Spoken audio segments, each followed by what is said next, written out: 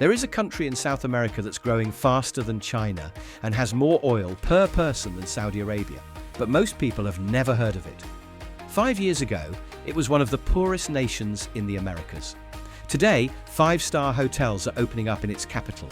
Global chains like Starbucks are moving in, and some of the more expensive restaurants are now able to charge New York prices.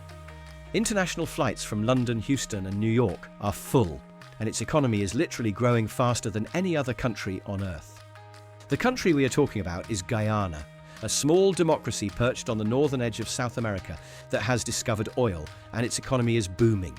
But the big question is, how long can the boom last? Because the oil that is making Guyana rich has destroyed many other developing nations.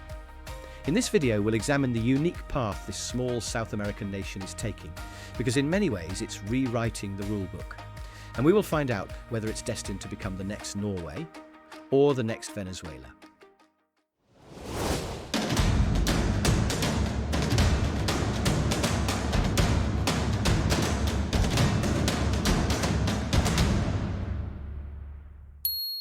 For most of its history, Guyana was a forgotten backwater placed somewhere between Brazil and Venezuela, poor, rural, and heavily dependent on a handful of colonial-era exports like sugar, rice, and bauxite. After gaining independence in 1966, the economy struggled, industries were mismanaged, and global competition and falling prices made matters worse.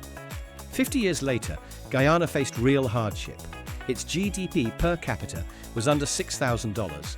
1 in 5 citizens lived below the poverty line, and over half the population had emigrated in search of work.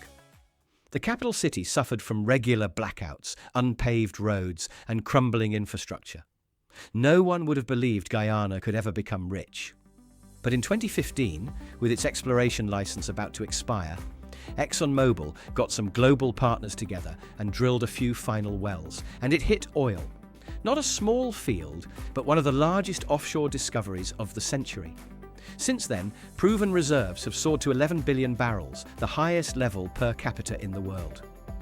Spurred on by the discovery, the oil companies finally got going, and by 2019, production was underway. Within just 5 years, output had grown to 650,000 barrels a day. And over the next few years, it's expected to double to 1.3 million barrels daily, more than many OPEC members. And because extraction costs are one of the lowest in the world, about $30 a barrel, the profits are enormous. At $60 a barrel, annual profits exceed $6 billion, with about half flowing to the government. For a nation of only 830,000 people, that's nearly $4,000 for every man, woman, and child. The effects are already visible. Georgetown's skyline is filling with cranes as international hotel chains like the Marriott, Sheraton, Hyatt, and Radisson are racing to build, and luxury apartments sell out long before completion. A few years ago, the country's only long-haul flights were to Miami and New York. Now it's linked to Houston, London, Toronto, and Bogota. Tech firms, logistics companies, and foreign contractors are pouring in. President Irfan Ali's government has launched huge infrastructure projects, highways, bridges, housing developments, and a $1.7 billion gas-to-energy plant that could finally give the country reliable electricity and halve power costs. But with so much money suddenly flowing in, there's always a risk that greed could creep in at the top. History is full of countries that struck oil and ended up poorer, not richer. Corruption can turn a blessing into a liability. Guyana's leaders know this. They have seen up close the resource curse that ruined Venezuela and Nigeria. Unfortunately, they are actively taking steps to avoid it. Quick favor, did you know that over 95% of viewers aren't subscribed? If you're enjoying the video, please do hit that subscribe button. It genuinely helps promote the channel and boosts its visibility. Thanks, and back to the story. In 2019, to discourage corruption, they created a natural resource fund, modelled on Norway's sovereign wealth fund, to collect and invest oil revenues. The fund's money is held at the Federal Reserve Bank of New York, publicly audited, and withdrawals must be approved by Parliament, not just the President. Guyana also joined the Extractive Industries Transparency Initiative to ensure all oil contracts and revenues are publicly disclosed. The 2024 budget was 6 times larger than a decade ago and poured billions into education, agriculture and infrastructure. Expanding the University of Guyana, building new roads and bridges, and funding irrigation and food security programs. These choices reflect an effort to turn temporary oil income that may only last 20 or 30 years into long-lasting productive capacity. If managed wisely, the revenues could do far more than fund construction projects. They could finance the training of young Guyanese citizens for engineering, logistics, and digital jobs that currently go to foreign workers. Regional development funds could share oil income with rural areas through schools, clinics, and broadband. Cheaper electricity from the gas project could attract manufacturing and agro-processing industries, while a share of the sovereign fund's returns could support small businesses and startups. Each step would push Guyana's growth from being resource-driven to people-driven, spreading prosperity across the country rather than concentrating it in the capital. Challenges still remain.